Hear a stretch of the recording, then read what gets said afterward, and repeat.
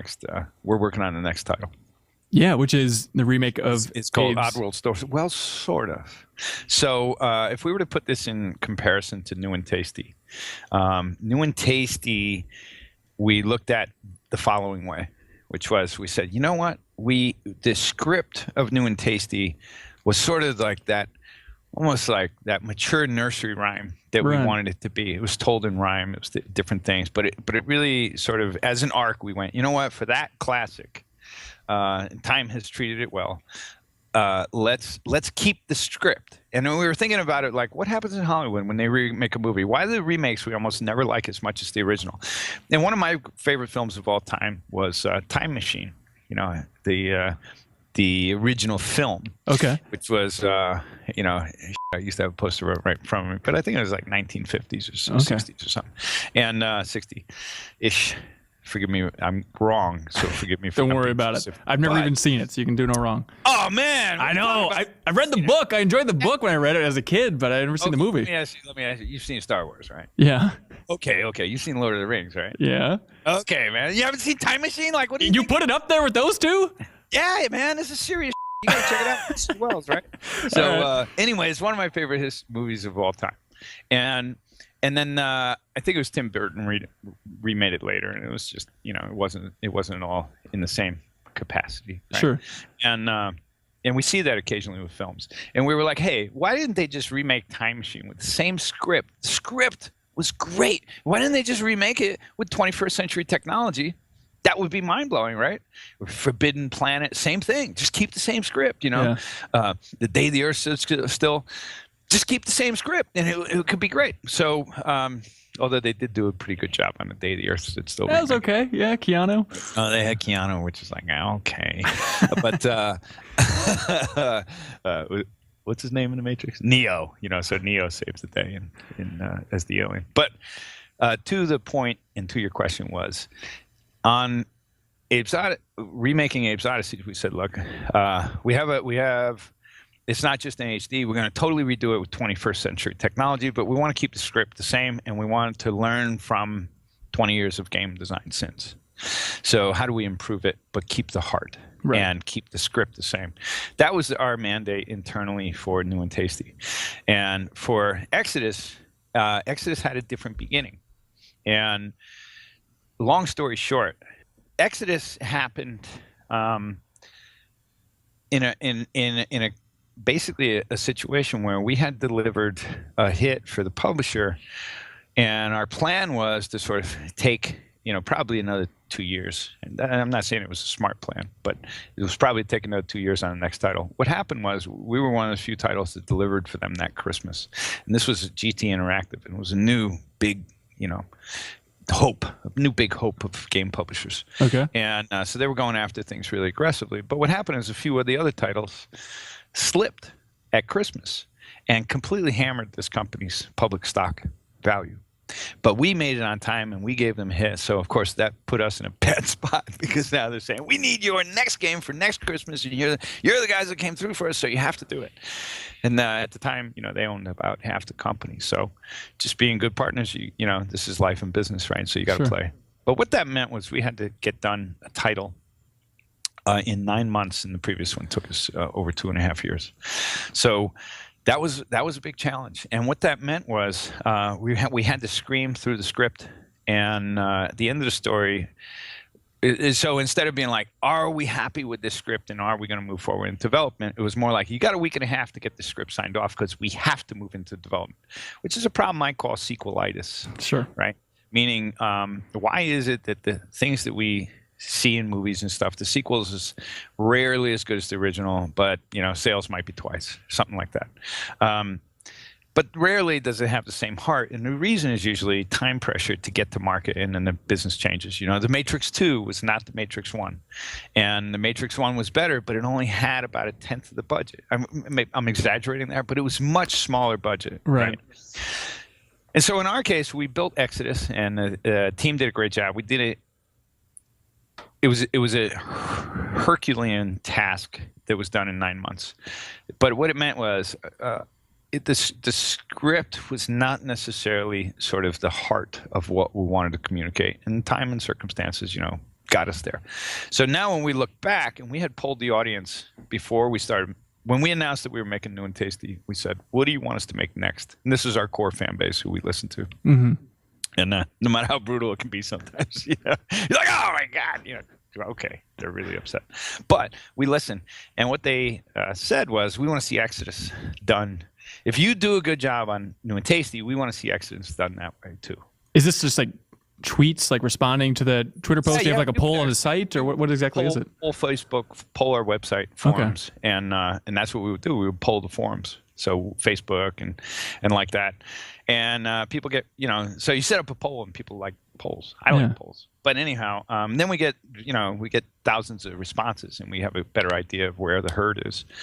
And we said, look, new titles from Oddworld are kind of more expensive than we can afford yet, and we like the independence that we have now. So if you'll support us on the budget, meaning we're budget, then what game would you like to see? And so new games, people were like, we want to see Fangus, or we want to see Stranger 2, or we want to see a brand new Abe. And we'd be like, well, that's really nice, and they're more expensive than we can afford. But what if we could? Like, here's a slew of titles. And even with some of those new titles, people were like, do it to Exodus. Like, do a great job on Exodus. A lot of people loved Exodus. Yeah. So we went, okay, but now let us assess that internally. And internally we said, we want to make descriptive. The story that inspired the sort of mythos, the high concept of what inspired Exodus, we really liked. And what was that? That is that it involves Soulstorm Brew, the brewery. It involved a brewmaster who was the new Gluckin, antagonist in the whole thing. And it was really a fable where in part one, the slaves wake up and realize they're slaves to a big industrial mechanism, to a company. They're not what they thought they were. So they wake up to the idea they're actually slaves. And they wake up to the idea that they're doomed. And what happens is they free themselves of this, and Abe's the catalyst.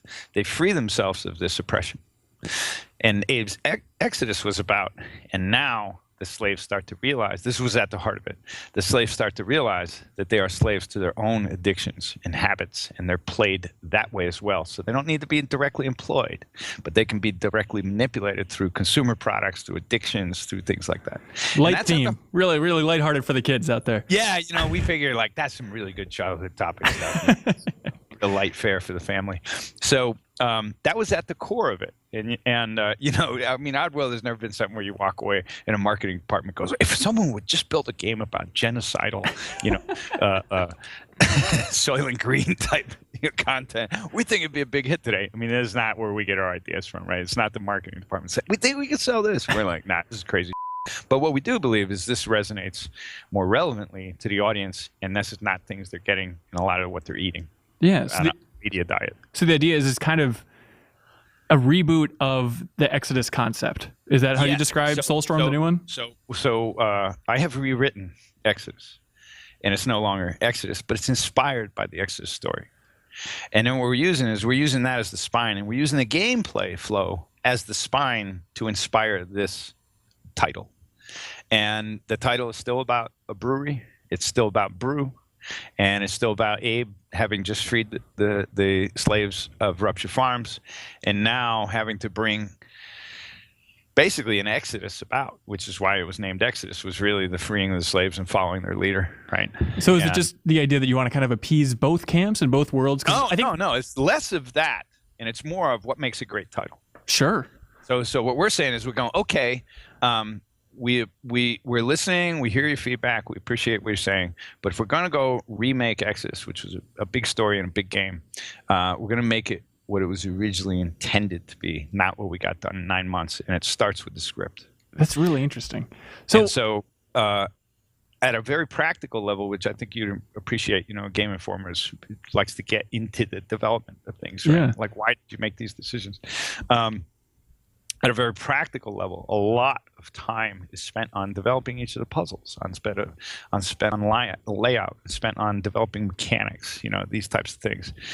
And so by being inspired by the original story of Exodus, but it's a complete retake, However, a lot of the puzzles, a lot of the layouts, you'll notice, you'll be like, oh, this is where the original is kind of, So there will be this fact of like, I'm watching something completely new, but it's clearly inspired by this original. But the level of fidelity that was in New and Tasty, is that what you guys are shooting for? It would be better. Better? Significantly. Yeah. But it is a different development studio, right? Because you were working with Just Ed Lauder for so long. Yeah, that's right. However, yes, that is true. But what that also means is that the new development studio, we have more resources. It's closer to home. We're actively involved full time on this production. Me personally, and Benny, Terry, and other people. Michael Bross, who was the original composer on Munch and Stranger. Raymond Swanlin, who's the original designers of from Abe's Exodus. He was a background artist to Stranger's Wrath. He was the key artist designing Stranger and other characters, and he went on to since become like really world famous illustrator. His recent properties being Star Wars and Warhammer and Magic the Gathering cards, like Raymond Swanlin, pretty great talent. So we're bringing back some real seasoned Oddworld talent that made a big difference in our past, and we are co-developing this.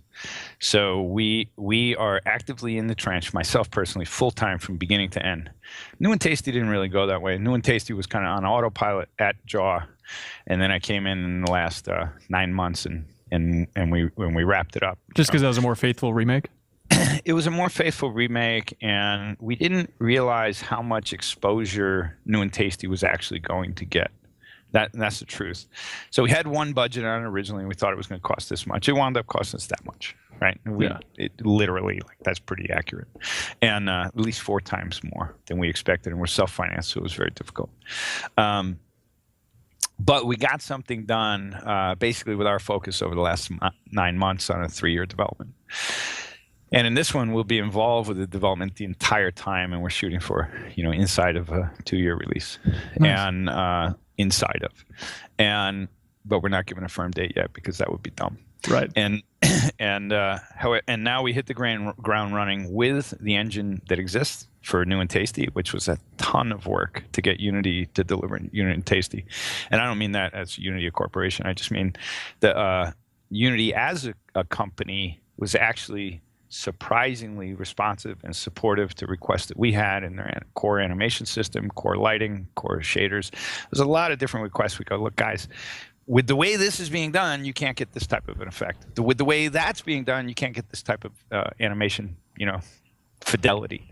And I really give to their credit a few years ago. It's totally different management now. I don't know how it'll go. But a few years ago when Dave... I always say his name wrong. I'm not very good at the Scandinavian pronunciations, but I want to say Haveld's son. How do you say his name? CEO, the original founder of Unity. But anyway, nothing but kudos to him. Yeah. That entity, because they recognized that requests that we were making made Unity look better, and they implemented them, which is really rare for a successful software company to do. So you're pretty happy with the engine overall. I know, I think for this type of game. I mean, we had our headaches going to multi SKUs. There's always some sort of compromises when you use middleware. We're out of time. We should probably let you go, Lorne. Okay. Anyway, I babbled, so sorry if I churned in. No. I love it. You've been around for so long. I feel like I could keep you here for 6 hours, man. So maybe that's an upcoming podcast. Is just completely drain Lorne's mind.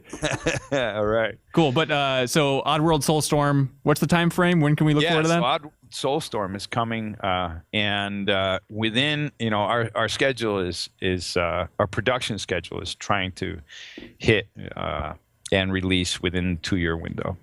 Cool. And but I can't get any more specific. That's our intent. But the fact of the matter is, it needs to be great. And we don't like being late, but it needs to be great. So fingers crossed, we're going to stay on this one from beginning to end. We hope we're delivering something that's going to be not just what you would expect, but something a little more. I'm excited to see something new from Oddworld. I think it's going to really start on that line. Story take will be going there a bit, and then the whole goal of all of this is that we can basically increase the size of our funding capability, and then hopefully hit the audience with a co-funding, like we'll match whatever. I'm not exactly sure, but crowdfunding is not out of the future. Not out of the. It's on the table for future possibilities as we truly go in and blaze 100% fresh new content. I take it you're looking at Fig, stuff like that. Yeah, those are all possibilities, Fig, Kickstarter, etc. But we got to get there. We like not having financial partners. We like being able to make dumb decisions and live with the consequences. And we like being in control of our own destiny and not getting pressured into things that might not be good for the business. And so all those things are aligning quite well that we should be able to do a pretty good job on Soulstorm. And from there, we should have the resources to really launch into new content in a major way. New Oddworld content. Yeah, so hopefully, everyone will support us and we make people happy and they don't want to crucify us. Perfect. Well, we're excited.